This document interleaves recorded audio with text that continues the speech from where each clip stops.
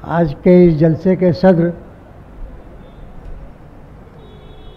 यहाँ पर मौजूद राब्ता कमेटी के, राब्ता सोसाइटी के ज़िम्मेदारान, मुस्लिम जमात, भटकल मुस्लिम जमात के ज़िम्मेदारान और सभी ख़वातीन व हज़रात,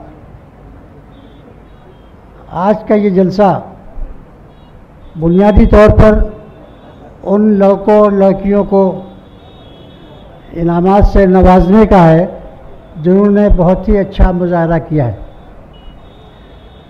इस मौके पर मैं अल्लाह रब्बुल इज़्ज़त का शुक्र अदा करते हुए आपसे कहना चाहूँगा कि इस मुल्क में आप अपने हक़ से रह रहे हैं, किसी की सौगात से या खैरात से नहीं।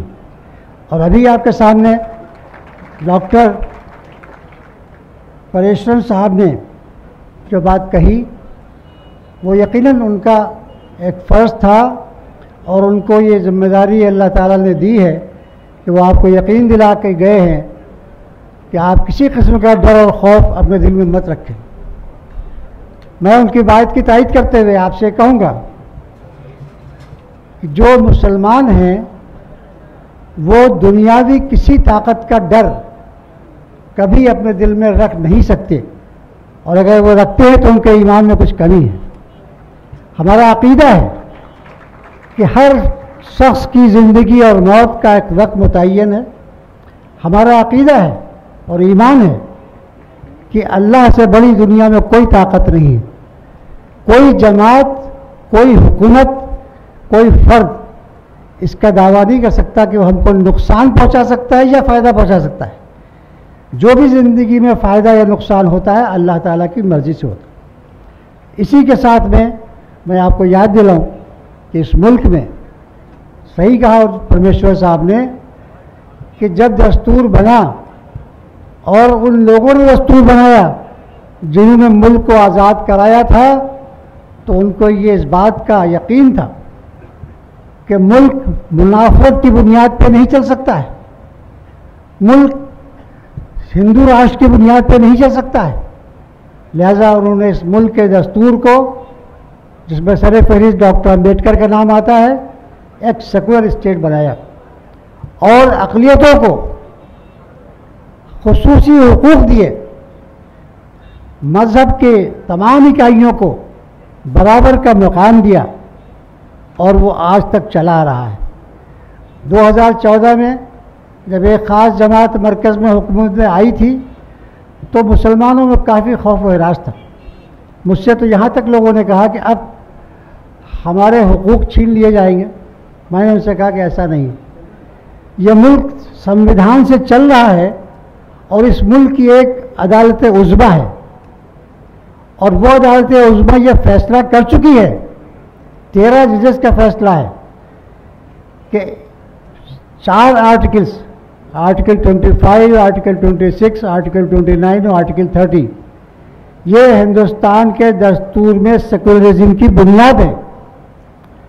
और 4 उसूल, 4 चीज़ें दस्तूर की, secularism, democracy, rule of law और सुप्रीमेसी ऑफ जुडिशरी, ये वो चीज़ें हैं जो बेसिक स्ट्रक्चर है हिंदुस्तान के दस्तूर का। इसको पार्लियामेंट भी अमेंड नहीं कर सकती। तो जब सुप्रीम कोर्ट ये कह चुका है 13 जजेस के फैसले में कि पार्लियामेंट उसको अमेंड नहीं कर सकती, तो अगर इस पार्लियामेंट में 2014 के किसी जमात के 300 या 350 मेंबर हों, हम कहते हैं 400, 450 मेंबर हों, तो जो पार्लियामेंट इसका हक़ ही नहीं रखती है कि वो दस्तूर के इन बुनियादी उसूलों को तरमीम कर दे, वो कैसे आपका हक़ छीन लेंगे। और अगर छीनेंगे तो सुप्रीम कोर्ट बैठा हुआ है, तो इसलिए डरने की बिल्कुल ज़रूरत नहीं है। हाँ ठीक है, जो कुछ हमारे हुकूक हैं उन पर अमल न करना यह हुक्मरानों का काम होता है। वो अमल नहीं करेंगे, हमको बार बार हो सकता है कोर्ट जाना पड़े, 4 साल ऐसे गुजर जाएंगे, हमको हुकूक न मिल पाए, लेकिन हमारे हुकूक छीन लेना ये उनके बस की बात नहीं। चुनांचे अब 6 महीने रह गए हैं और मुझे तो, मेरे इल्म में तो नहीं आया कि कोई कानून ऐसा पास हो सका हो। हाँ, पर्सनल लॉ में मदाखलत की बात रोज़ होती है वो उनका शक्ल है, वो करेंगे, उनका मिशन है, उनका मैनिफेस्टो है, यूनिफॉर्म सिविल कोड, लिहाजा वो उस पर अमल करते रहेंगे। लेकिन कोई ऐसी बात कि वो हमको हमारे मजहबी हुकूक से महरूम कर सके, यह मुमकिन नहीं। यही बुनियाद, यही वो स्टेटस दस्तूर हिंद में जो मजहबी हुकूक का है, वही तालीमी हुकूक का भी है। तालीमी हुकूक भी हम इदारे जो चला रहे हैं, भटकल के मुसलमान जो भी इदारे चला रहे हैं, वो किसी के रहम करम पर नहीं चला रहे हैं, वो उस दस्तूरी हक की बुनियाद पर चला रहे हैं जो आर्टिकल 29 और आर्टिकल 13 उन्हें दिए हैं, और जिसके लिए सुप्रीम कोर्ट की 11 जजेस की बेंच तक ये कह चुकी है कि इसको लिया नहीं जा सकता, इसमें दखल भी नहीं दिया जा सकता। वो कानून बना सकते हैं जो इसमें दखल अंदाजी का हो, उस कानून को यकीनन हम अदालत में चैलेंज कर सकते हैं और चैलेंज कर रहे हैं। तो ये मैंने चंद बातें सिर्फ इसलिए कही कि आपके जहनों में रहे और हमारी नौजवान नस्ल के जहन में रहे कि आपको पूरा हक हिंदुस्तान का दस्तूर देता है, कोई हुकूमत नहीं देती है, कोई पार्टी नहीं देती है, हिंदुस्तान का दस्तूर देता है, उसका इस्तेमाल करना हमारा काम है। यकीनन काबिल मुबारकबाद हैं भटकल के अवाम और ख़ास तौर से जमात, मुस्लिम जमात जो पूरे गल्फ़ स्टेट में कहीं पर भी हो, वो अपने भटकल के बुनियादी लोगों को, यहाँ के रहने वालों को, अपने घर वालों को भूली नहीं, अपनी आमदनी से एक बड़ा हिस्सा वो आपकी तालीम पर खर्च करते। मुझे कल जब मैं आ रहा था गोवा से, तो रास्ते में बताया जिलानी साहब ने कि हमारे वहाँ के बच्चे तालीम छोड़कर बाहर चले जाया करते थे मुलाजमत के लिए।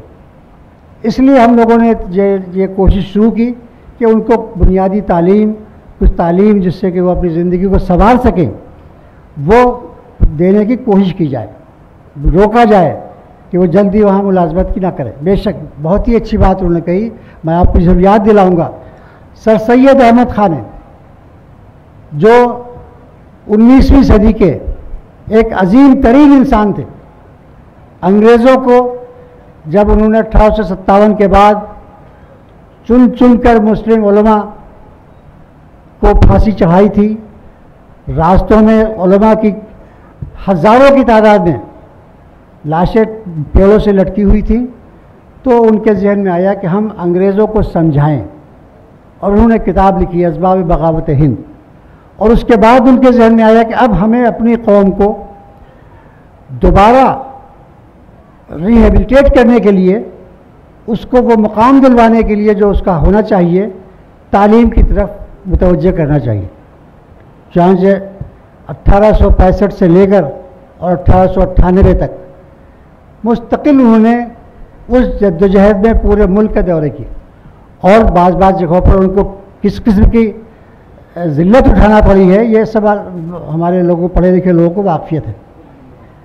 लेकिन उनका मिशन बिलाखिर कामयाब रहा। उस वक्त बहुत से लोग ज़रूर समझते थे, क्योंकि हमारे बहुत से अकाबरीन जंग आज़ादी की तहरीक में लगे हुए थे, देवबंद की बुनियाद उसी पर पड़ी थी, अल्लामा फजल खैराबादी जैसे उलमा इकराम जेल में थे, काला पानी भुगत रहे थे, लेकिन सर सैयद ने इधर तवज्जो दी। इससे कहने का मकसद ये है कि एक ही वक्त में सिर्फ एक काम नहीं होता है, कौम के अलग अलग लोग, अलग अलग स्कॉलर अलग अलग काम करते हैं। आज भी वो काम हो रहा है, उन लोगों में आपस में इश्तराक होना चाहिए। कोई शख्स वकील है, हाई कोर्ट और सुप्रीम कोर्ट में मिल्लत के मफाद में मुकदमे लड़ रहा है, कोई शख्स डॉक्टर है, मिल्लत के मफाद में वो खिदमत खल्क के ज़रिए से लोगों को ये एहसास दिला रहा है कि मुसलमान कितना ज़्यादा फराग दिल है और कितना खिदमत खल्क का अपने नबी के बताए हुए रास्ते पर चल रहा है। कोई इंजीनियर है, कोई सियासतदान है, कोई एजुकेशनिस्ट है, अलग अलग फील्ड में अलग अलग लोग काम कर रहे हैं। इन सब में इश्तिराक ही ज़रूरी है। ऐसा नहीं है कि हर शख्स तालीम के मैदान में लग जाएगा, लेकिन हाँ, तालीम की अहमियत हर शख्स के दिल में होना चाहिए। जो लोग तालीम के मैदान में काम कर रहे हैं, उनसे ताउन, हर किस्म का ताउन जिस किस्म का मुमकिन हो सके, चाहे वो पैसे से हो, चाहे वो वक्त से हो, चाहे वो बाज़ अदालत स्कूलों में कॉलेजेस में रुकावटें हों तो कोर्ट ऑफ लॉ में उसको मदद कर सकता है। ये हमारा उसूल होना चाहिए। आज जो आपका जलसा हो रहा है यकीनन ये याद दिलाता है अपने 1857 के बाद के पूरे दौर की कि तालीम के ज़रिए से हम अपने बहुत सी चीज़ों को महफूज कर सकते हैं। उर्दू ज़बान है, उर्दू ज़बान का जो मुस्तकबिल जुड़ा हुआ है वो मदरसों से जुड़ा है। अगर मदरसों में जिसकी तादाद हमारी गवर्नमेंट ऑफ इंडिया की रिपोर्ट में सिर्फ 4% है, लेकिन उस 4% में भी वो इतने काफ़ी हैं कि वो उर्दू ज़बान आज भी बोली जाती हुई ज़बान से नज़र आ रही है। उसके अलावा जो हमारी और तालीमी सरगर्मियाँ हैं वो इस किस्म के इदारों से जुड़ी हैं। ये काम जो आप कर रहे हैं भटकल में, आपके इससे वाकिफ़ तो नहीं होंगे वो लोग, लेकिन बहुत से लोग और अलग अलग जगहों पे कर रहे हैं। महूनाथ भंजन एक ज़िला हमारे यूपी का है। महूनाथ भंजन के हमारे दोस्त हैं ओवैस तरफदार, पिछले 8-10 सालों से हर साल वो एक ऐसा जलसा करते हैं जो मऊ से कामयाब होने वाले स्टूडेंट्स, IAS में आने वाले, IPS में आने वाले, दूसरे कॉम्पिटिशन्स में आने वाले लोगों को इसी तरह फेलिसिटेट करते हैं। तो ये फेलिसिटेशन दरअसल एक तरगीब है उन बच्चों को जो इस साल इम्तिहान इस साल वो इतने अच्छे नंबर हासिल नहीं कर सके हैं, आइंदा कोशिश करके वो इतने अच्छे नंबर हासिल कर सके ताकि उनका भी यहाँ पर एजाज़ हो, ताकि उनको भी यहाँ पर इनामात दिए जाएँ। ये उसका एक ज़रिया है। मैं यकीनन आपके इस नेक जज्बे की कद्र करते हुए आप उन सभी लोगों को मुबारकबाद देता हूँ जो भटकल के नौजवानों में इस किस्म की तालीम को फैलाने में अपना पूरा ताउन दे रहे हैं। चाहे वो गल्फ़ के किसी स्टेट में रहते हों, वो यहाँ आते हैं, वो यहाँ अपने वसाइल से, अपनी आमदनी से ताउन करते हैं और भटकल में माशाअल्लाह इतने अच्छे अच्छे इदारे खुल रहे हैं। मौलाना अली मियाँ के याद में भी जो यूनिवर्सिटी के कायम करने का आपका प्रपोज़ल है, हम दुआ करते हैं अल्लाह ताला से कि बहुत जल्द वो प्रपोज़ल कामयाब हो और भटकल के लोग मौलाना अबुल हसन अली नदवी के नाम में, उनके नाम से जुड़ी हुई एक यूनिवर्सिटी कायम कर सकें। उनके नाम से इदारे तो कायम हैं, लेकिन ये एक यूनिवर्सिटी कायम हो। मौलाना अली मियाँ की शख्सियत यकीनन वो शख्सियत है, इसके बारे में कोई तारुफ नहीं कराना है, लेकिन वो हमारी शान थे, इस मुल्क के मुसलमानों की एक अज़मत का निशान थे। और उन्होंने हर मौके पर किसी भी फील्ड में बात हो, आपको याद होगा कि जब एक ज़माने में पिछली एनडीए की सरकार में ये कहा गया था कि वंदे मातरम को लाजमी कर दिया जाएगा, तो मौलाना ने एक वक्त कहा था कि अगर ऐसा हुआ तो मैं मुसलमानों से कहूँगा कि अपने बच्चों को सरकारी स्कूलों से निकाल लें। ये उनका जुमला था कि अटल बिहारी वाजपेयी ने उसको वही रोक दिया। तो ऐसी कद्दावर शख्सियतें जाहिर है कि वो हर मैदान में नहीं आपको नज़र आ सकती हैं, लेकिन उनका मुकाम अपनी जगह पर है। तो चूँकि वक्त की कमी है, मैं अपनी बात को इसी तरीके से ख़त्म करते हुए कहूँगा कि आप बिल्कुल किसी किस्म का कोई डर किसी भी जमात, किसी भी हुकूमत, किसी भी अफसर से मत रखें। आपके दिल में सिर्फ डर होना चाहिए तो अल्लाह ताला की ज़ात का, कि वही आपको ज़िंदगी में कामयाबी भी दे सकता है और नाकामी भी। मैं सिर्फ आखिर में ये कहूँगा कि बाबरी मस्जिद जैसा मुकदमा जिसके बारे में हम लोग पूरा यकीन रखते थे कि इंशाअल्लाह मुकदमा पूरी तरह हमारे हक़ में होगा, उसमें 1/3 कामयाबी मिली। हम मायूस नहीं हुए। अल्लाह की ज़ात से हमें आज भी भरोसा है और कोशिश करना हमारा काम है। सुप्रीम कोर्ट में हम कोशिश कर रहे हैं, हमें उम्मीद है कि अल्लाह ताला हमें सुप्रीम कोर्ट से कामयाबी अता फरमाएगा। कोशिश करना हमारा काम है। कोशिश के अलावा आप दावा नहीं कर सकते कि कहाँ आपको कामयाबी मिलेगी, कहाँ नाकामी, जो बज़ाहिर आपको नाकामी लग रही है अल्लाह ताला उसके भी मसलहतें हैं जो इंसान हर मसलहत समझ नहीं सकता है। इन्हीं अल्फाज के साथ मैं एक मरतबा फिर अपने तमाम उन साथियों को जिन्होंने मुझे यहाँ बुलाया और भटकल के तमाम आवाम को मुबारकबाद देता हूँ कि इस मौके पर आप एक ऐसा बड़ा काम कर रहे हैं जो सर सैयद अलैहिर्रहमा जैसी शख्सियत ने उस वक्त किया था जब 1857 से मुल्क गुजर गया था, और आज भी उसी वक्त इसी तरह से काम करने की ज़रूरत है। तालीम के मैदान में आपको वसाइल की दिक्कत नहीं है, लेकिन हिंदुस्तान के बहुत से शहरों में वसाइल की दिक्कत है।